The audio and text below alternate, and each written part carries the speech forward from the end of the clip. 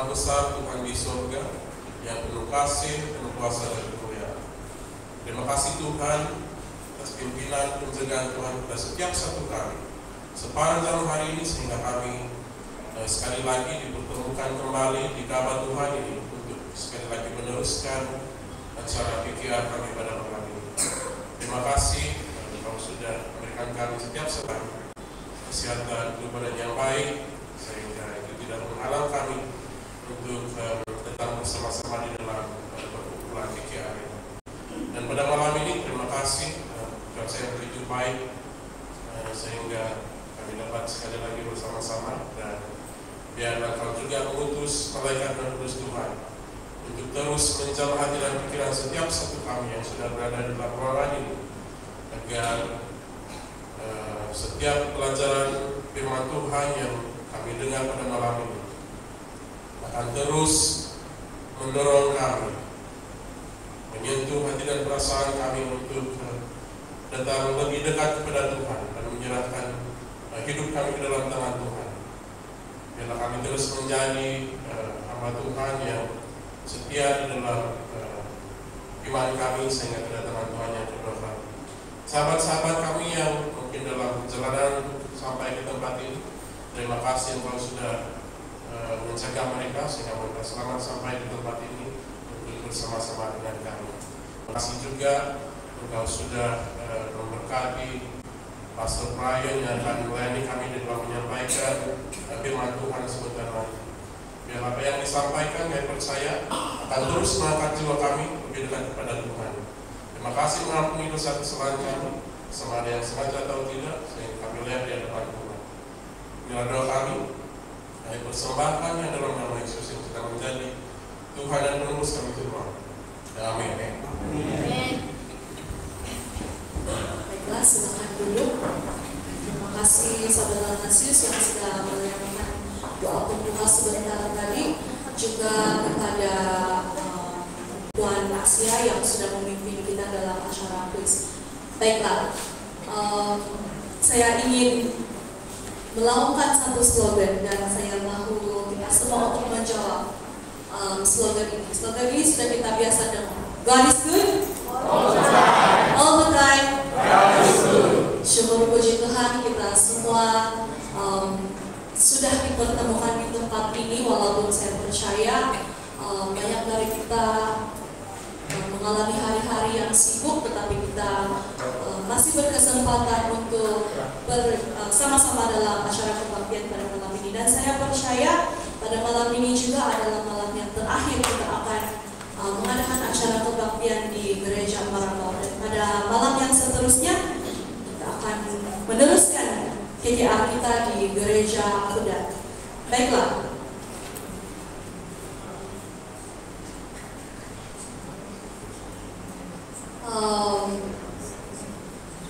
Sementara menunggu sahabat-sahabat saya untuk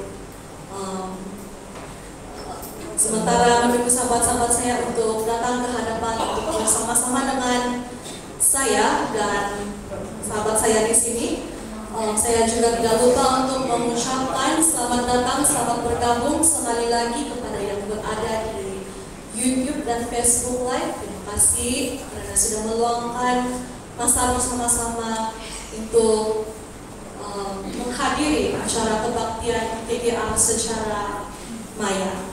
Baiklah, sahabat-sahabat saya sudah tampil ke hadapan, dan pada malam ini Gereja Tiga Papan mengambil ahli tugas-tugas yang sudah diajukan. Pada malam ini adalah giliran Gereja Tiga Papan, dan pada malam ini kami akan menyampaikan satu lagu istimewa yang bertajuk Hidup Baru.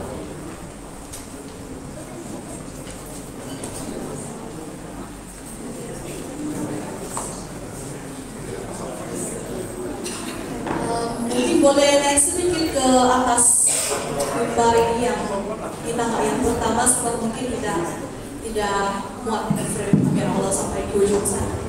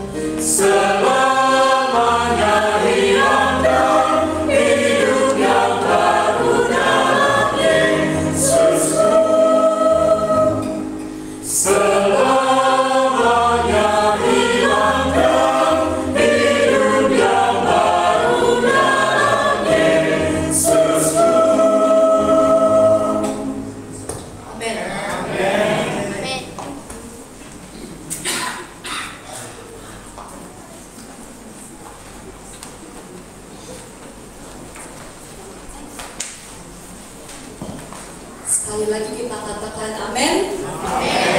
Atas lagu istimewa yang disampaikan sebentar tadi, kiranya lagu tersebut semua mengangkat jiwa-jiwa kita dan mendorong kita untuk tetap setia kepada Tuhan.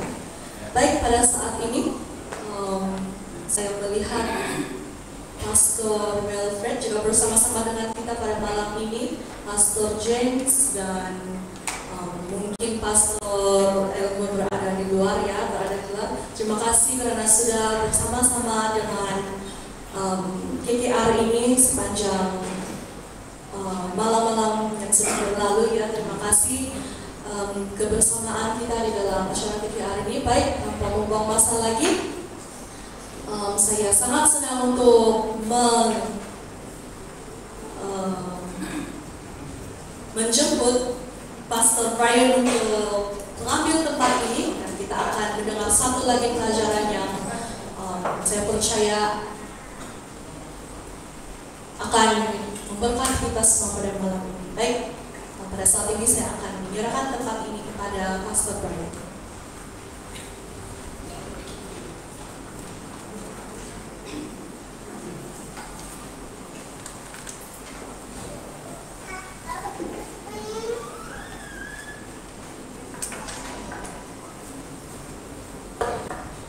Haleluya, haleluya, terpujilah nama Tuhan. Shalom Aleichem, Chesed Elohim Uvrachah. Shalom Aleichem. Saya melihat wajah yang berseri-seri, yang tampan, yang cantik, yang comel, yang montel. Inilah keindahan apabila umat Tuhan dapat berkumpul, bersekutu dengan satu hati, satu jiwa, satu tujuan untuk datang membawa puji dan kemuliaan kepada Tuhan. Di samping untuk mempersembahkan diri kita sebagai satu persembahan yang hidup, yang kudus, dan yang berkenan di hadapan Tuhan. Inilah waktu ibadah yang sudah pastinya menyenangkan Tuhan. Dan sudah pasti malam ini kita boleh menuntut janji Tuhan untuk mendapatkan pengharapan yang Dia sudah janjikan. Karena tema kita sepanjang minggu ini adalah hidup dengan pengharapan berbahagia. Oleh yang demikian, orang yang berbahagia, marilah kita semua lemparkan senyuman yang paling manis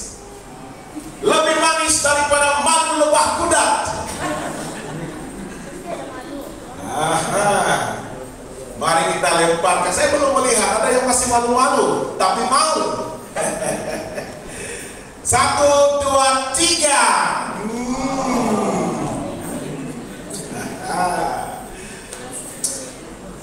Saya sudah katakan, senyum itu seindah surya yang membawa cahaya. Senyumlah dari hati, duniamu berseri. Siapa yang gembira? Angkat tangan. Kalau rasa gembira, puji Tuhan. Haleluya. Boleh? Kalau rasa gembira, puji Tuhan. Haleluya. Kalau rasa gembira, puji Tuhan. Haleluya. Kalau rasa gembira, beginilah caranya. Kalau rasa gembira, puji Tuhan. Haleluya. Haleluya, puji Tuhan. Sebelum kita masuk ke dalam firman Tuhan, mari kita berdoa sekali lagi. Bapa di surga, malam ini sekali lagi Tuhan, hati kami diisi dengan sukacita.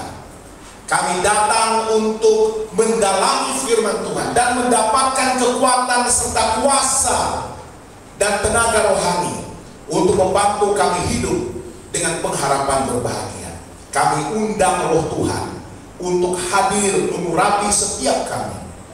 Isikanlah di dalam hati kami Roh yang benar, yang kudus, dan pimpin kami untuk menemukan kebenaran Tuhan dan mengeratkan hubungan kami dengan Yesus.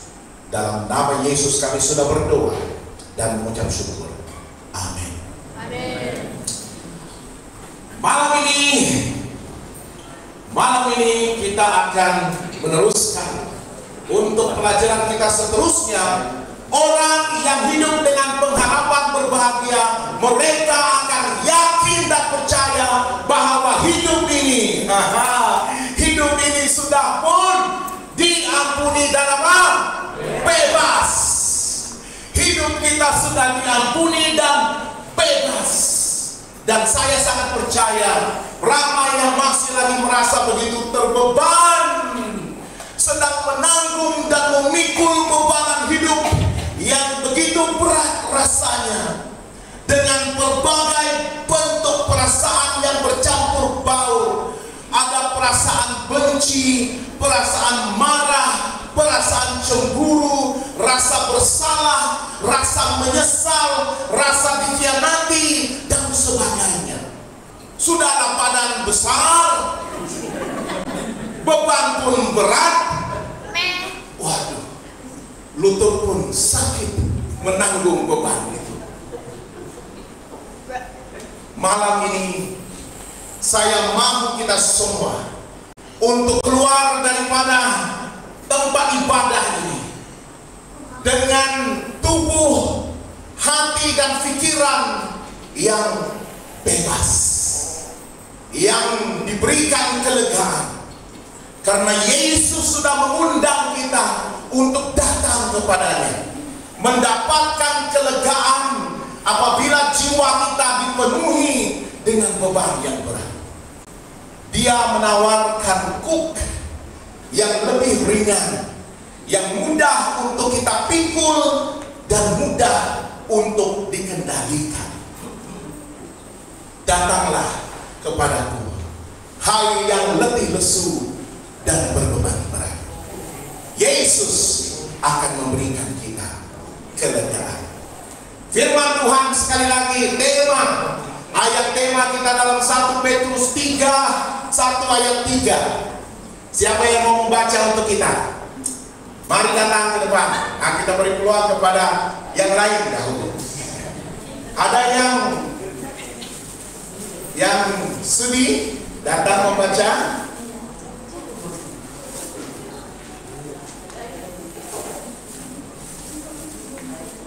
Silakan bacakan dengan nyaring.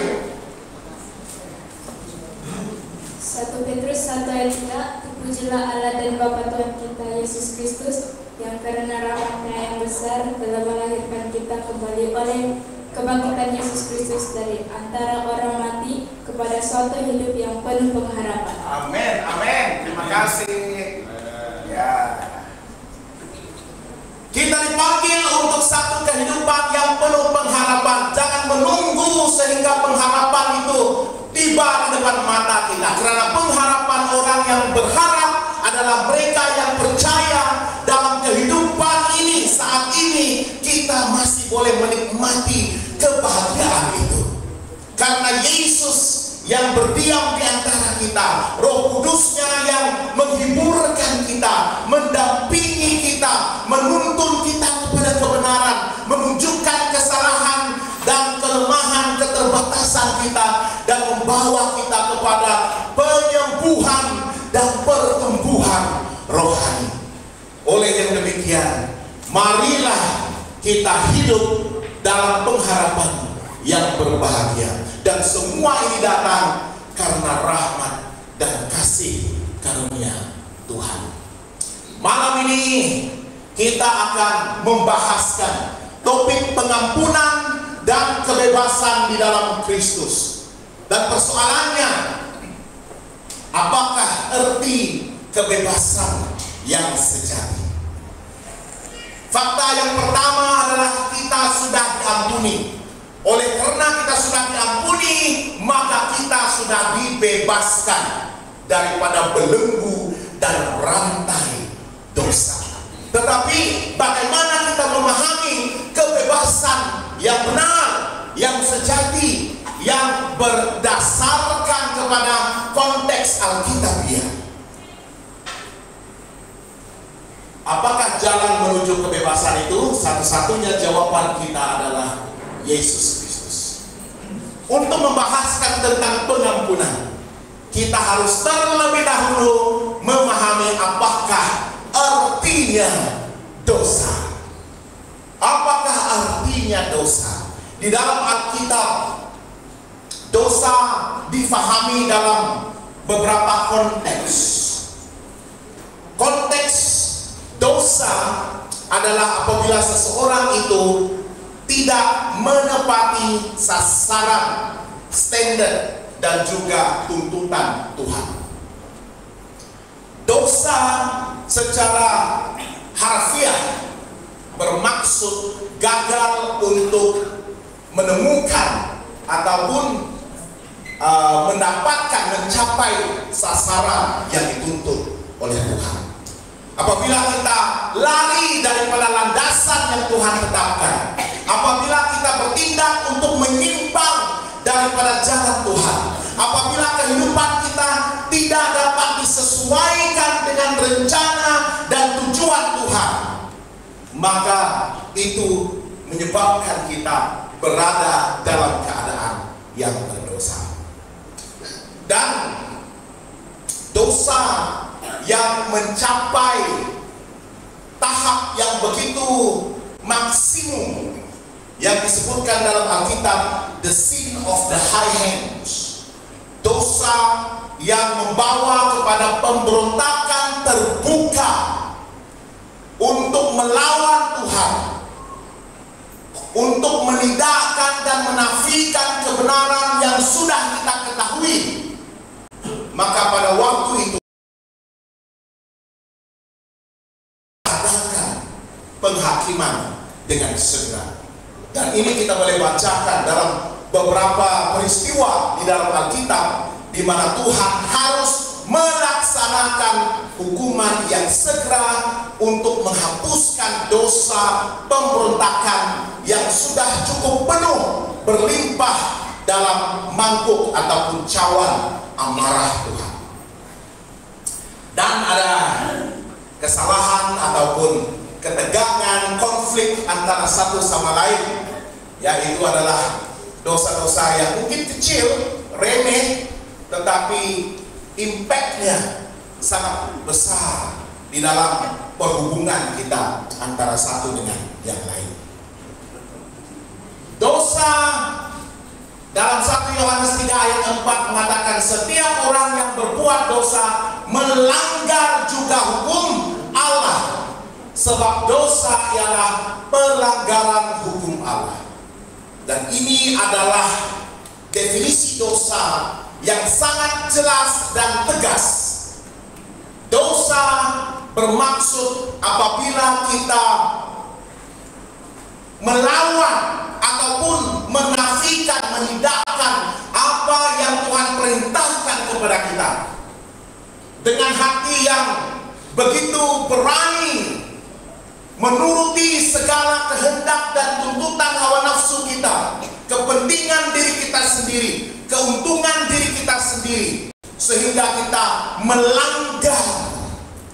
Apabila kita melanggar, itu bermaksud kita ada kecenderungan untuk melawan dan menidakkan kekuasaan Tuhan. Saya seorang pemandu yang berhemat, tapi saya kenal rekan-rekan saya yang begitu berani untuk memandu dalam pemanduan yang cukup laju. Walaupun mengetahui bahwa di Malaysia ini kita ada had laju, bukan? Kalau di kawasan Kudat ini, Lebuh Raya Kudat ke Kota Marudu, apakah had laju yang dibenarkan? 90 sahaja. Tetapi kita merasa begitu gatal ya kalau tidak memandu dengan had yang lebih tinggi daripada 90. Ya, tetapi oleh karena barangkali tekangan jalan raya yang mungkin tidak berapa baik, yang bergelombang, mungkin had laju kita terbatas. Tetapi bayangkan kalau kita memandu dalam keadaan jalan raya yang begitu lebar, luas dan smooth, ya, begitu rata, lurus. Saya percaya ramai di antara kita yang akan membuat keputusan untuk melanggar had laju itu. Nah, kita tahu bahwa itu adalah tindakan yang melanggar undang-undang jalan raya. Ya. Tetapi kita melakukan karena apa? Ada beberapa sebab. Mungkin dalam keadaan yang kecemasan, mungkin karena kita harus sampai ke destinasi dengan segera, ataupun kalau kita memandu di bawah 90, maka kita akan mengantuk, dan berbagailah alasan yang lain. Tetapi hakikatnya, untuk memandu melebihi had laju yang ditetapkan, dan apabila saman dikeluarkan, siapa yang salah dalam hal ini? Polis yang salah. Karena mereka tidak paham keinginan saya, mereka tidak tahu kerinduan hati saya, keperluan saya untuk memandu laju. Adakah polis yang salah? Terutama sekali yang suka bersembunyi di sebalik semak. Apapun itulah kecenderungan manusia. Walaupun kita mengetahui apa yang telah ditetapkan oleh Tuhan untuk kita, demi kebaikan kita, karena Tuhan tahu apabila kita menentang dan melanggar perintahnya, maka akibatnya akan menjadi begitu membawa kesan yang lebih besar.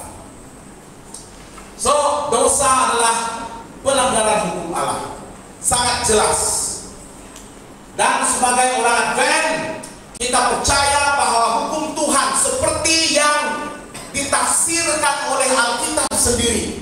Hukum Tuhan, ke-10 perintah Allah adalah asas moral yang kekal, yang menunjukkan kasih-Nya dan kehendaknya bagi umat manusia. Hukum Allah diberikan sebagai tanda kasih-Nya untuk memastikan umatnya berada di bawah payung kasih karunia dan rahmat-Nya, untuk melakukan kehendak-Nya, untuk mengenal Dia dengan lebih erat, lebih dalam, dan untuk memastikan hubungan mereka sesama mereka juga dipelihara dalam kasih.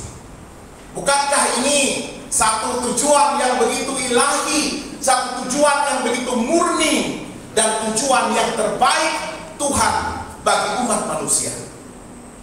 Tetapi malamnya kita tetap memilih untuk melanggar hukum Tuhan. Dan sudah pastinya alasan kita, Tuhan memberikan kita kebebasan. He has given us freedom to choose. Hak mutlak untuk memilih. Dan kita menyalahkan Tuhan.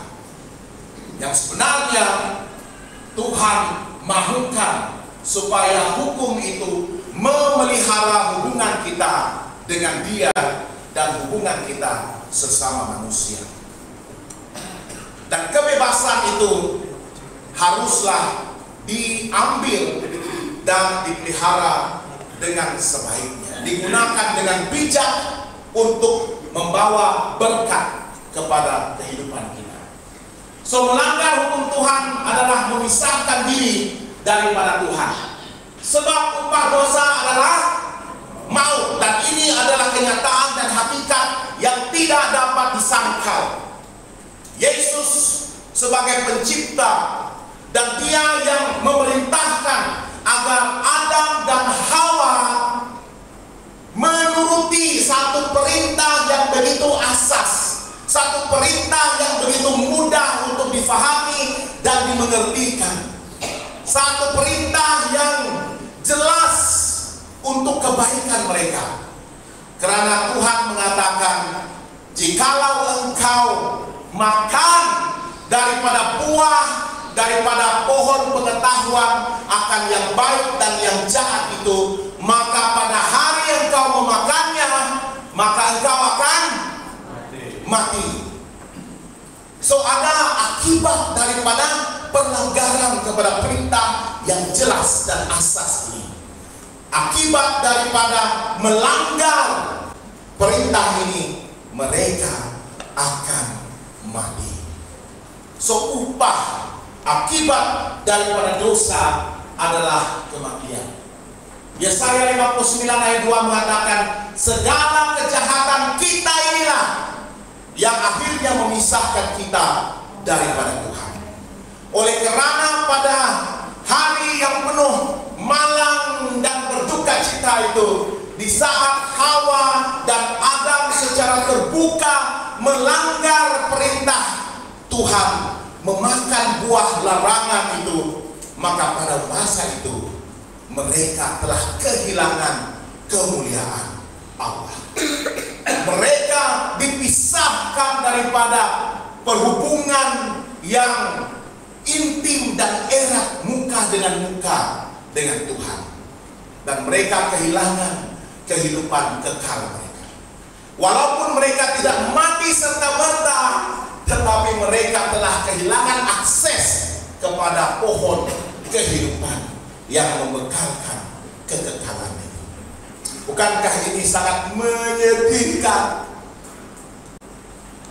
Tetapi kita masih lagi mengulangi tabiat dan sikap dan melakukan hal yang sama.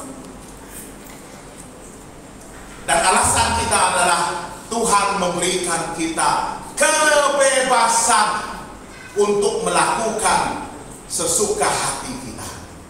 Ini yang sangat bahaya. Dosa bukan sekadar tindakan yang salah, tetapi dosa adalah penyakit rohani yang mematikan. Dosa ini umpama satu virus yang sangat sukar untuk diobati. Tidak ada obat dosa. Karena apabila kita dijangkiti dosa, dan dosa itu sudah menjangkiti keturunan kita seterusnya, sehinggalah kepada generasi kita pada hari ini, semua kita pasti akan mati. Akibat dosa itu dirasai secara fisikal dan juga rohani. Kita akan mengalami kematian pertama, kematian fisikal kita.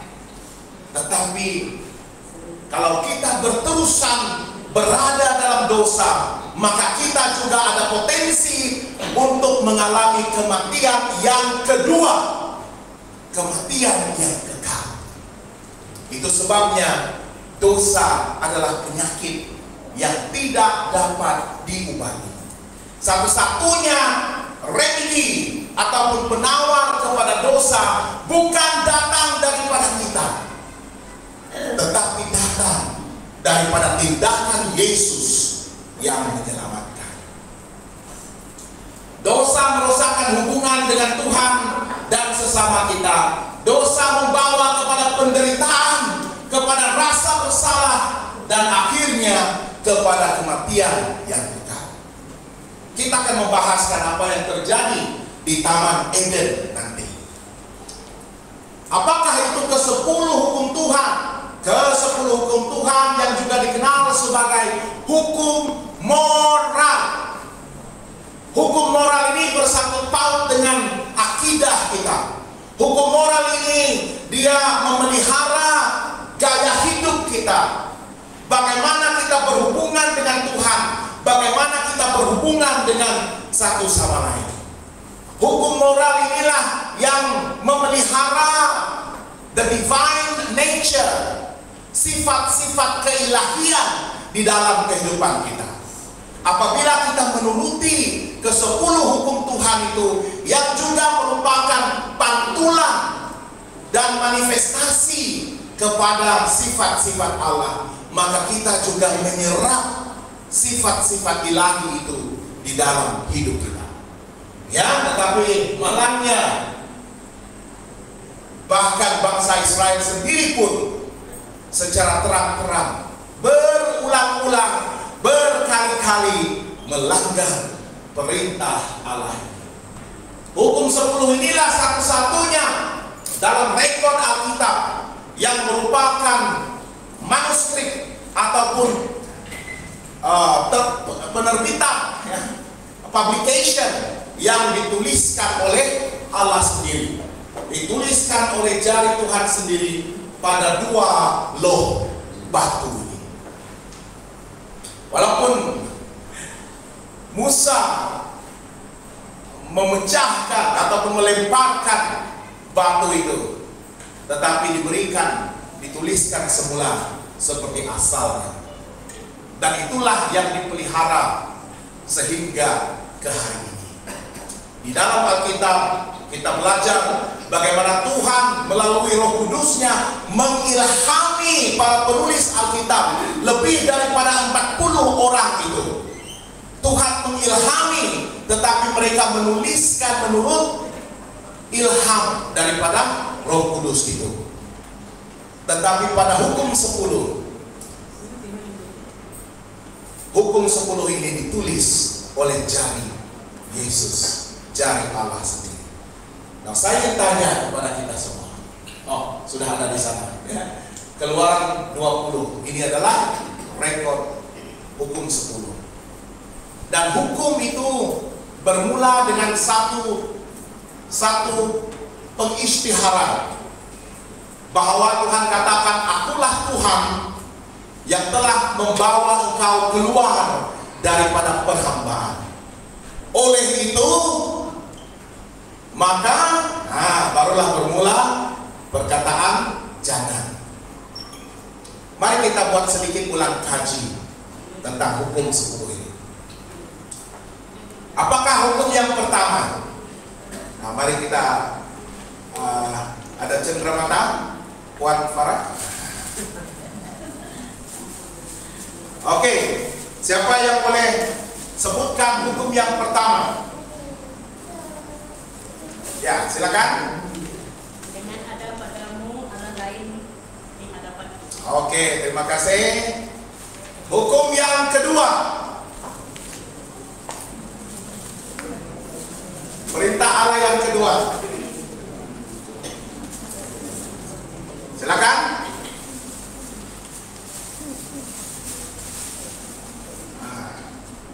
Burung kenyala. Ada? Hukum yang kedua. Mari. Ya, silakan. Ya, jangan menyembah kepada berhala, ya, ataupun apa saja yang menyerupai Allah. Ya, karena apabila kita membuat ataupun coba untuk mengambil Allah daripada tempatnya yang kudus itu dan membuat bagi kita Allah ataupun berhala yang boleh kita lihat dan boleh kita sembah, itu sudah menidakkan kekuasaan Allah dan kekudusannya. Tetapi malangnya ramai yang sekarang ini sudah mulai untuk ada kecenderungan menyembah Allah-Allah lain, bahkan menjadikan berhala itu sebagai Tuhan dalam hidup mereka. Dan ini bukan hanya patung-patung, ya, tetapi berhala juga boleh datang dalam berbagai representasi. Dan satu daripadanya adalah uang. Apabila kita menjadikan uang itu sebagai tuan dalam kehidupan kita, sehingga segala yang kita lakukan itu hanya semata-mata untuk mendapatkan uang dan kehilangan kebahagiaan yang sejati. Dan yang ketiga, dan silakan. Ada? Ya, silakan. Jangan menyebut nama Tuhan dengan sia-sia. Jangan menyebut nama Tuhan Allahmu dengan sia-sia. Nah, pengertian untuk menyebut nama Tuhan dengan sia-sia, ramai yang mungkin mentafsirkan melalui menggunakan nama Allah dalam konteks kita bersumpah, ya, ataupun memeteraikan sesuatu perjanjian, ataupun menggunakan nama Allah yang kudus itu dalam apa sahaja cara yang memberikan keuntungan dan kepentingan kepada diri sendiri. Tetapi tahukah kita bahwa sebagai orang Kristen, sebagai pengikut Yesus, kita sebenarnya mengenakan nama Yesus di dalam kehidupan kita. Dan kehidupan kita sebagai orang Kristen ini, dia harus mencerminkan pribadi Yesus yang kita junjung, yang kita turuti, yang kita jadikan sebagai guru kita dan Tuhan kita. Tetapi bayangkan kalau orang-orang Kristen itu tidak memantulkan pribadi Yesus, apakah ini sudah melanggar hukum yang ketiga? Saya percaya ini merupakan satu tindakan terbuka untuk mengatakan saya hanya menjadi Kristen hanya pada nama, tetapi saya mensia-siakan nama Kristus yang saya agungkan dalam hidup seorang Kristen, yang harus saya tinggikan. Dan itu yang sering menjadi sesuatu yang mungkin jarang kita pikirkan, karena bagi kita menyebut sahaja sebutan, tetapi sebenarnya kehidupan dan gaya hidup kita yang tidak mencerminkan dan memantulkan Yesus, itu juga merupakan pelanggaran kepada hukum yang ketiga ini. Dan hukum yang keempat, oke, saudara yang di sana, ya, ingatlah dan kuduskanlah hari Sabat.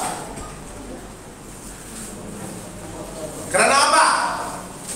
6 hari lamanya engkau bekerja dan melakukan apa sahaja sesuai dengan kehendakmu, tetapi pada hari yang ketujuh, hari itu haruslah engkau berhenti. Dan firman Tuhan dalam Kejadian mengatakan, Kejadian 2, Tuhan berhenti daripada segala penciptaannya. Dia menguduskan hari Sabat. Dia memberkati hari itu dan mempersiapkan hari Sabat sebagai hari ibadah dan hari untuk mendapatkan berkat Tuhan yang begitu istimewa. Dan of course hukum yang seterusnya dalam Loh Batu yang kedua daripada hukum yang kelima sehingga hukum yang 10 adalah memelihara hubungan kita sesama kita. Oke? Ke-10 hukum ini boleh diringkaskan kepada dua bahagian yang utama. Yang pertama sekali, dalam Matius 22, Yesus sendiri merumuskan bahwa kasih kepada Tuhan merangkumi hukum yang pertama hingga yang keempat, dan kasih kepada sesama manusia hukum kelima hingga hukum yang ke-10. Dan daripada ke-10 hukum itu ada dua saja hukum yang dituliskan dan dimulakan dengan ungkapan positif. Kita sudah pelajari itu pada dua malam sebelum ini, yaitu hukum yang keempat dan yang kelima, di mana kenyataan perintah itu bermula dengan kata ingatlah dan hormatilah. Dan saya sudah terangkan apakah maksud yang tersirat di sebalik penggunaan terma ataupun tone yang positif itu. Tetapi Yesus katakan, kasihilah Tuhan Allahmu dengan segenap hatimu, dengan segenap jiwamu, dengan segenap kekuatan akal budimu, dan kasihilah sesamamu manusia seperti engkau mengasihi dirimu sendiri. Dan soalan yang sering ditanyakan, karena ramai orang-orang Kristen yang seharusnya menjadi pemelihara hukum Tuhan ini, mereka sudah mengatakan bahwa hukum Tuhan, hukum moral ini sudah tidak relevan dan tidak diperlukan lagi pada masa ini.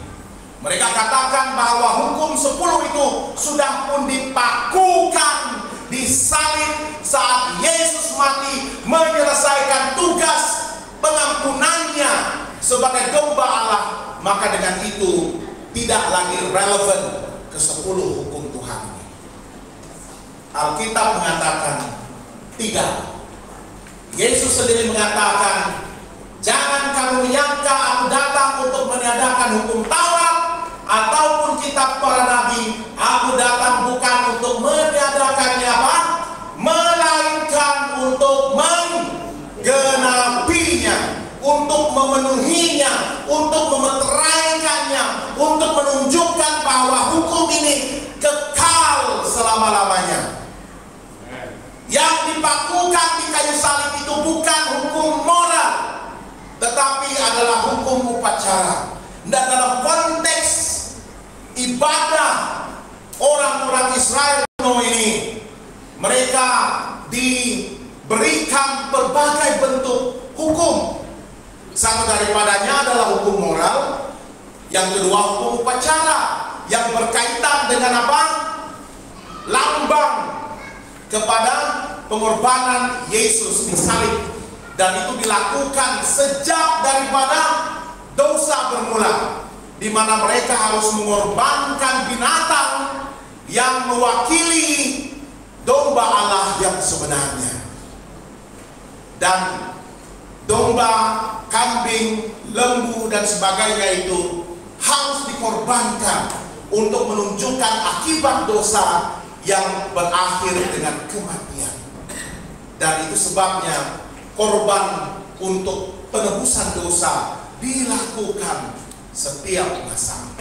Sehinggalah apabila domba Allah yang sebenarnya, Yesus Kristus sendiri, mati di salib, menyelesaikan tugasnya sebagai Mesias yang diutus Tuhan, sebagai domba yang memikul dan menanggung beban dosa seluruh dunia, maka hukum upacara itu telah pun dipenuhi dan digenapi di salib.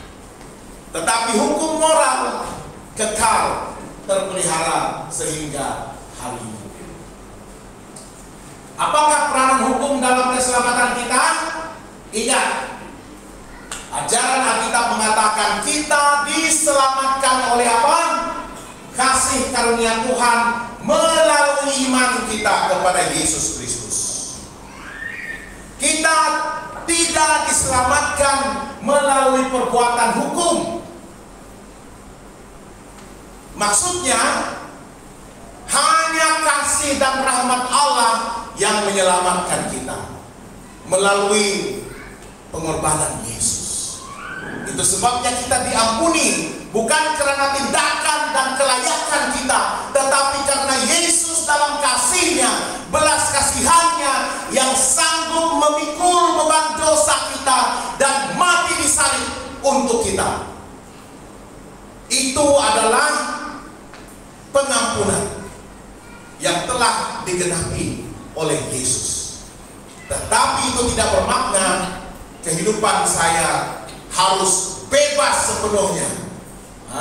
Kita harus beriman kepada Yesus, dan perbuatan hukum, penurutan kepada hukum itu bukanlah jalan untuk mendapatkan keselamatan, melainkan adalah tanda kasih, tanda penghargaan, dan sebagai respons kepada pengorbanan Yesus bagi kita. Hukum tetap berperanan sebagai cermin dosa. Kita mengenal dosa apabila kita melihat kepada ke-10 hukum Tuhan. Kita melihat apa yang mungkin berbintik-bintik pada raut wajah kita. Ada yang berkedut-kedut yang perlu kita tutup dengan make up. Segala yang mungkin tidak menyenangkan yang terpapar pada cermin itu, kita harus bersihkan dan perbaiki. Itu adalah fungsi ke-10 hukum Tuhan. Hukum Tuhan tidak dapat menyelamatkan kita.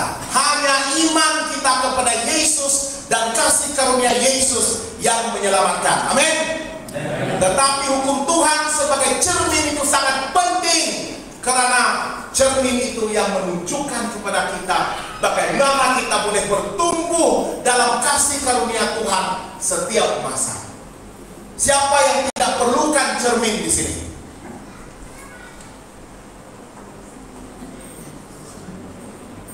Ya, walaupun saya tiada rambut, tapi saya tak perlukan cermin. Karena pada cermin itu saya melihat ketampanan saya. Tapi lain dengan istri saya, yang melihat cermin itu boleh berjam-jam sehingga hatinya puas. Nah, tapi bagi saya hanya lalu di cermin dan katakan, boleh tahan. Tetapi dalam konteks hukum Tuhan, cermin masih relevan. Karena tanpa penilaian kita terhadap diri kita sendiri, bagaimana kita di dalam standar dan tuntutan sifat Tuhan itu, hukum 10 sangat penting. Supaya kita tahu kedudukan kita, dan seperti yang kita sebutkan, penurutan kita bukan untuk mendapatkan keselamatan, tetapi penurutan kita adalah karena kita sudah diselamatkan. Kita sudah diampuni dan kita sudah bebas sepenuhnya daripada cengkaman dan belenggu dosa kita. Amin. Ya, jadi marilah kita ubah persepsi kita. Saya tahu orang-orang Advent sememangnya adalah orang-orang yang begitu menuruti hukum. Tetapi mungkin kita perlu ubah sedikit tafsiran dan pemahaman kita. Penurutan kepada hukum bukan untuk diselamatkan. Kita sudah diselamatkan. Bila Yesus melengkapkan, menyempurnakan tugas dan misinya di salib, itu telah dan sudah pun menyelamatkan kita. Kita bukan sedang menunggu untuk diampuni. Kita telah dan sudah pun diampuni. Amin. Itu adalah berita yang baik, dan itulah yang harus tertanam dan tersemat dalam minda kita. You and I, we have been forgiven. Kita sudah diampuni dan diselamatkan. Tetapi untuk mengekalkan supaya hubungan kita dengan Tuhan itu masih akrab, masih lagi erat, dan kita hidup di bawah payung kasih karunia-Nya, maka kita harus mengenakan hukum Tuhan itu sebagai panduan dan untuk memelihara hubungan yang baik dengan Allah dan juga sesama kita. So, hukum 10 masih relevan dan masih penting. Kita tidak taat untuk diselamatkan karena kita telah diselamatkan. Kita ini hidup selaras dengan kehendak Tuhan. Yang seperti yang saya sebutkan tadi, hukum upacara telah digenapi dalam Yesus Kristus dan tidak lagi terpakai. Itu sebabnya kita tidak membawakan korban persembahan untuk penghapus dosa pada setiap hari Sabat. Bahkan setiap hari dilakukan pada zaman Alkitab sebelum Yesus Kristus. Kita tidak perlu bawa kambing. Kita tidak perlu bawa ayam kampung, ayam sabung, ayam telur, ayam bermacam ayam. Kita tidak perlu itu.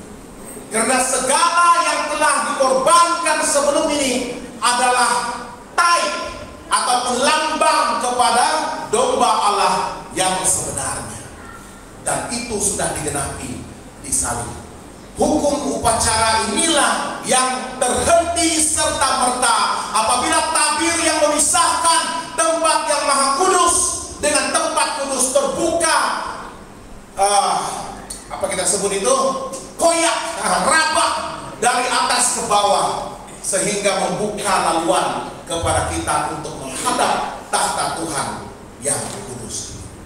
Kita tidak lagi memerlukan pengantara imam, tetapi cukuplah kita berimam dan beriman kepada Yesus Kristus yang sudah pun menjadi pengantara kita sebagai imam besar kita pada saat ini. Ke-10 hukum Tuhan adalah kekal dan mencerminkan sifat Tuhan.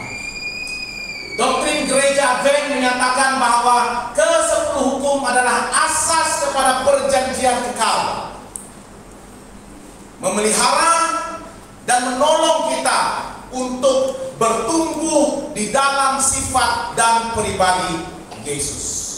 Hari Sabat hukum keempat adalah tanda kekuasaan dan penciptaan Tuhan. Itulah tanda yang memeteraikan hubungan kita dengan Tuhan.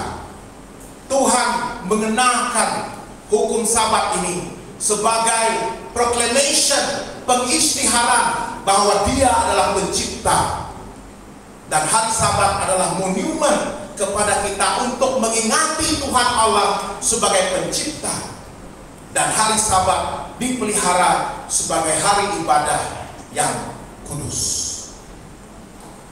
Seperti dalam Wahyu 14 ayat 12, yang penting di sini ialah ketekunan orang-orang kudus.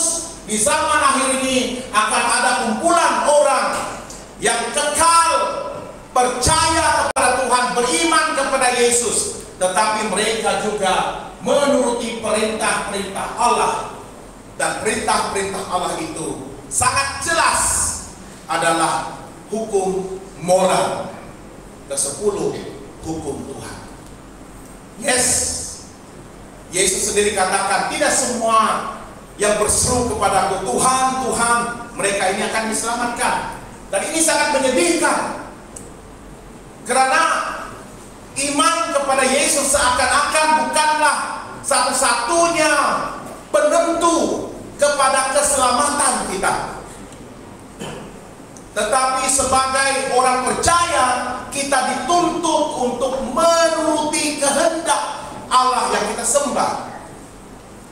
Dan penurutan kepada hukum Tuhan itu menunjukkan bahwa kita beriman dan kita mengasihi Dia. Ini penting. Konsep penurutan hukum 10 itu adalah karena kasih kita kepada Tuhan. Mengapakah hukum 10 masih relevan pada hari ini? Melindungi hubungan kita dengan Tuhan dan sesama kita, membimbing kita dalam membuat keputusan yang bermoral, keputusan yang betul, keputusan yang memuliakan Tuhan, dan keputusan yang memberkati hidup kita. Ini penting. Mengajar kita hidup dalam kasih dan kebenaran, dan di dalam dunia yang semakin menolak nilai mutlak ke-10 hukum adalah mercu tanda moral yang kekal.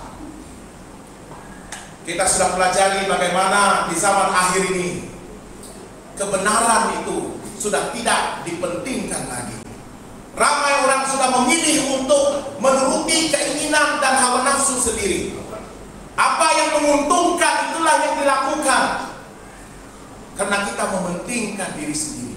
Di dalam pribadi kita ada satu yang kita sebut sebagai ego, pride, kesombongan rohani, keangkuhan diri, yang mau supaya segala sesuatu itu dilakukan untuk menguntungkan diri sendiri. Tetapi dalam konteks penurutan ke-10 hukum Tuhan, kita melakukannya karena kita tahu ini adalah yang benar dan yang harus dilakukan untuk kemuliaan Tuhan. Ke-10 hukum Tuhan tidak pernah dibatalkan. Ia merupakan cerminan kepada watak dan sifat Tuhan, panduan hidup yang benar, ujian ketaatan kita di zaman akhir ini. Bagaimana kita tahu kita taat dan setia kepada Tuhan kalau tidak ada hukum yang memelihara kehidupan rohani kita? Sebagai umat Tuhan, kita percaya bahwa ketaatan kepada hukum bukanlah legalism. Dan ini yang selalu disalahartikan, seolah-olah orang-orang Kristen, terutama sekali orang Advent ini, kita hidup di bawah beban hukum, dan kita melakukan hukum itu untuk mendapatkan spiritual benefits ataupun pahala ataupun merits yang kita kumpulkan supaya kita beroleh kehidupan kekal. Itu adalah tafsiran dan pemahaman yang sangat tidak tepat. Kita bukan hidup di bawah hukum Allah, tetapi kita hidup melakukan menuruti hukum Allah, karena itu adalah tanda kasih dan sambutan kita kepada apa yang Dia telah lakukan untuk menyelamatkan dan mengampuni kita. Yesus katakan, jikalau kamu mengasihi aku, kamu akan menuruti segala perintah. Kita harus bersyukur kepada Tuhan, dan kisah kita tidak berhenti dengan dosa. Karena Roma 6 ayat 23 itu melanjutkan, dia katakan upah ataupun hukuman dosa adalah kematian, tetapi saya suka itu, orang yang berbuat dosa pasti akan mati, tetapi firman Tuhan mengatakan karunia Allah ialah hidup yang kekal dalam Kristus Yesus Tuhan kita.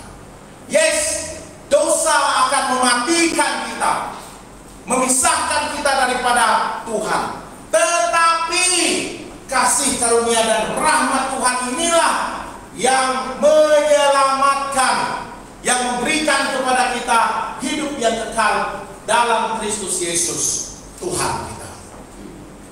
Jadi hidup kita, kisah kita tidak berhenti dengan dosa, karena Yesus ada rencana untuk menyelamatkan kita. Apakah kasih karunia itu? Kasih karunia ialah pemberian Allah secara percuma kepada mereka yang tidak layak. Maksud rahmat ataupun belas kasihan Tuhan adalah untuk memberikan sesuatu kepada kita dengan percuma, tanpa syarat, tanpa menuntut di pihak kita. Kasih manusia bersyarat. Untuk aku mencintaimu, engkau harus memberikan sesuatu kepadaku. Jika engkau tidak berbuat demikian, lupakanlah aku. Kasih Tuhan tidak meletakkan syarat di pihak kita.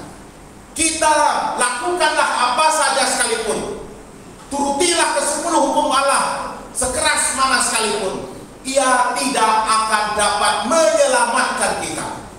Tetapi rahmat, kasih karunia ini yang melihat kita yang tidak layak ini, maka Tuhan menjangkau, Tuhan merangkul, Tuhan mendekap kita dengan kasih tanpa syarat dan menawarkan kepada kita hidup yang kekal.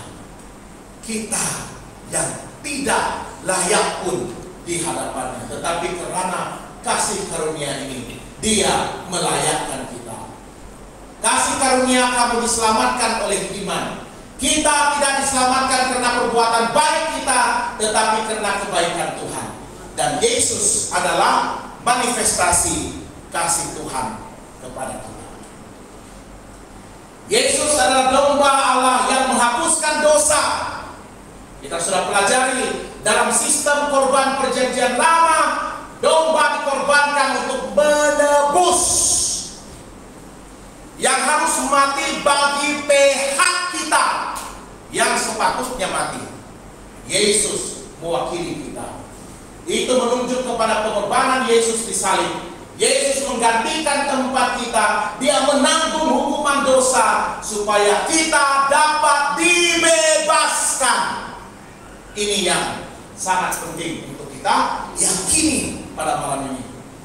Dia tertikam oleh karena pemberontakan kita, diremukkan oleh karena kejahatan kita, dan salib adalah pusat pengharapan kita. Melalui salib kita menerima pengampunan, pemulihan, dan hidup yang baru. Amin. Puji Tuhan. Dan saya sudah bebas. Tetapi bebas bukan bermaksud kita boleh hidup sesuka hati. Nah, bebas bukan samai-samai. Bebas bukan bermaksud saya boleh lakukan apa saja yang saya suka. Saya boleh makan apa saja, minum apa saja, lakukan apa saja, pergi kemana saja. Karena kebebasan kita haruslah mencerminkan iman kita, percaya kita, dan keyakinan kita kepada pribadi Yesus yang kita terima sebagai domba Allah yang menebus kita. Bebas daripada rasa bersalah karena kita telah diampuni. Bukan akan diampuni, tetapi telah diampuni.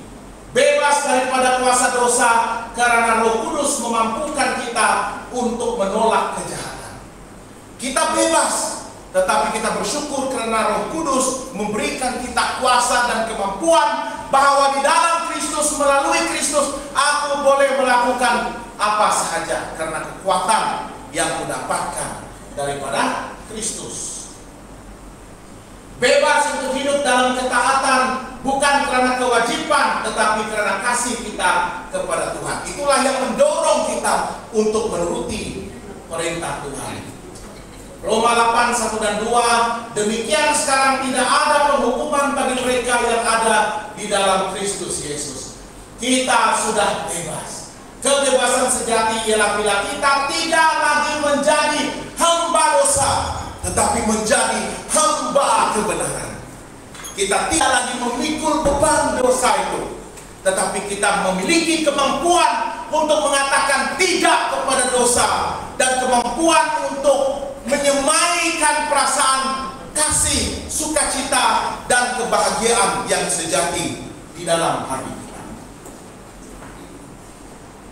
Apakah respons kita kepada rahmat Tuhan dan kebebasan yang kita miliki dalam Yesus? Pertobatan.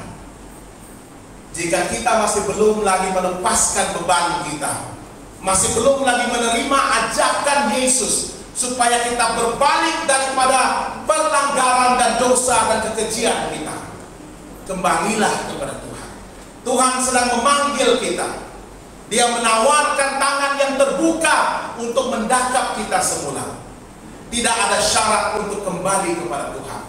Kalau kita merasakan diri kita sudah jauh daripada Tuhan, sangat mudah sebenarnya untuk datang kembali.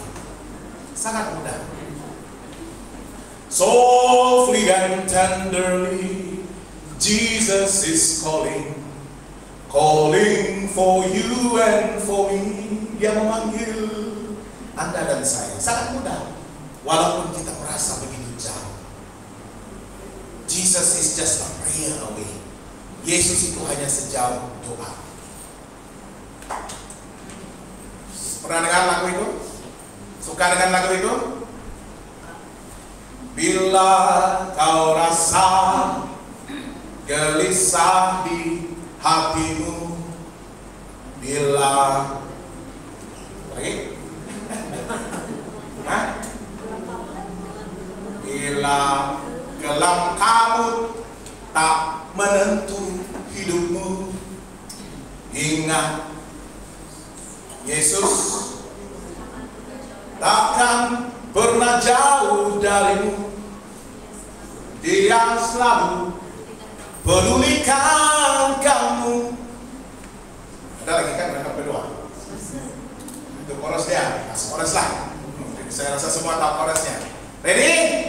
Berseru memanggil namanya, berdoa dia akan segera menghampiri dirimu.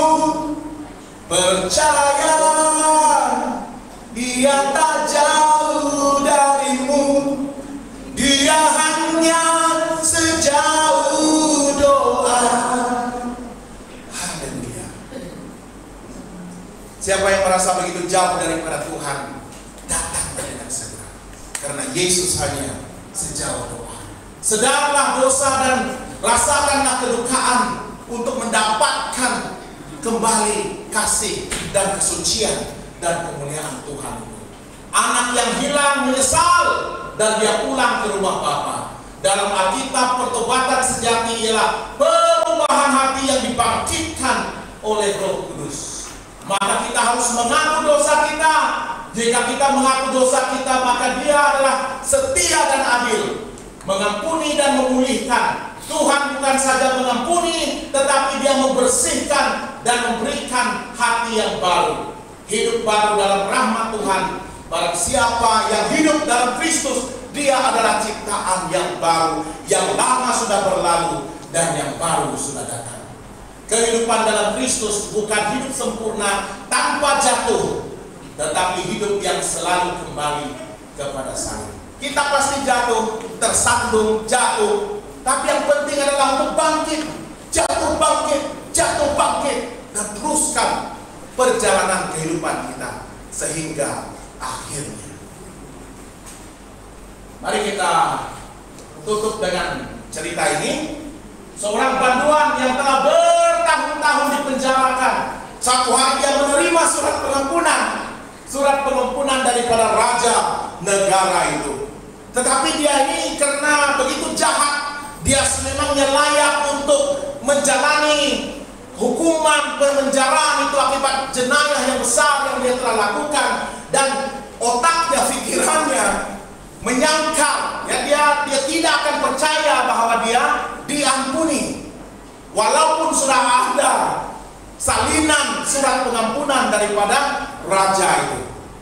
Tetapi dia enggan percaya. Dia pikir itu hanya scam.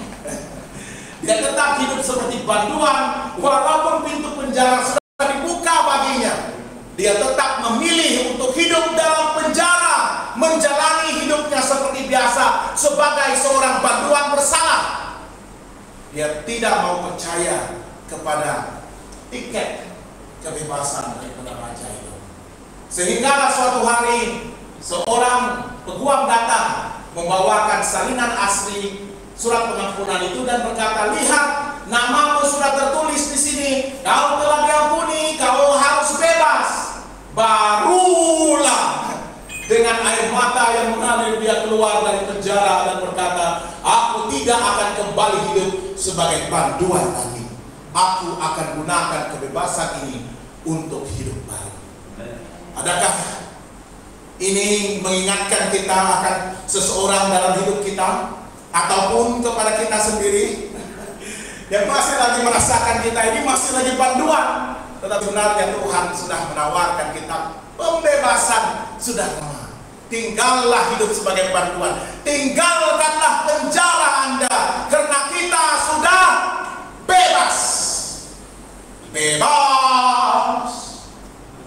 Bebas. Apa lagi? Bebas oleh darah Yesus. Bebas, bebas. Bebas, ya, bebas. Itulah, ya. Kristus telah membayar harga pengampunan kita, dan oleh itu kita harus bebas daripada belenggu dosa. Dan akhirnya, saudaraku, malam ini adakah hatimu penuh luka karena dosa? Apakah engkau dibelenggu rasa bersalah masa lalu? Yesus berkata dalam Yohanes 8:36, jadi apabila anak itu memerdekakan kamu, kamu pun benar-benar merdeka. Tidak lagi dijajah oleh dosa, tidak lagi menjadi hamba dosa, tidak lagi memikul beban yang berat. Ringan-ringankanlah berat badan Anda dan saya harus mulai berbasikal, tapi takut tayarnya pancet. Kita telah dimerdekakan. Lakukanlah sesuatu. Jangan selesa dengan keadaan hidup kita sebagai paduan dosa. Bebas, kita sudah dimerdekakan oleh anak domba itu. Terimalah pengampunan, akuilah dosa, mulakanlah hidup baru, karena kita sudah diampuni dan bebas. Haleluya, puji Tuhan. Jika ini adalah kerinduan hati Anda dan saya, mari kita semua berdiri untuk berdoa. Bapa di surga, Allah yang kami sembah siang dan malam, yang kami tinggi dan muliakan, terima kasih Tuhan karena kasih karunia dan rahmat-Mu yang telah bertindak untuk menyelamatkan kami. Yesus Kristus yang telah menawarkan dirinya untuk mati di salib sebagai domba Allah yang memikul dan menanggung beban dosa seluruh dunia. Dia telah menyelesaikan tugas pengampunan itu di salib, dan melalui pengorbanan itu Tuhan, kami sudah hidup sebagai hamba Tuhan yang dimerdekakan, yang bebas daripada belenggu dan beban dosa kami. Tolong Tuhan, biarlah ini menjadi mindset kami, gaya hidup dan pola pikir kami, bahwa kami sudah dibebaskan, dilepaskan dari penjara dosa, dan sekarang ini Tuhan memberikan kami kekuatan dan kuasa untuk menolak dan melawan, mengatasi dan mengalahkan dosa melalui urapan kuasa Roh Kudus Tuhan. Tolong kami Tuhan, kami mau hidup sebagai hamba Allah dan bukan hamba dosa lagi. Kami mau mengakui segala dosa kami. Kami telah menerima pengampunan daripada Tuhan. Kami mau menjalani kehidupan yang baru, dan kami mau mengalami pengalaman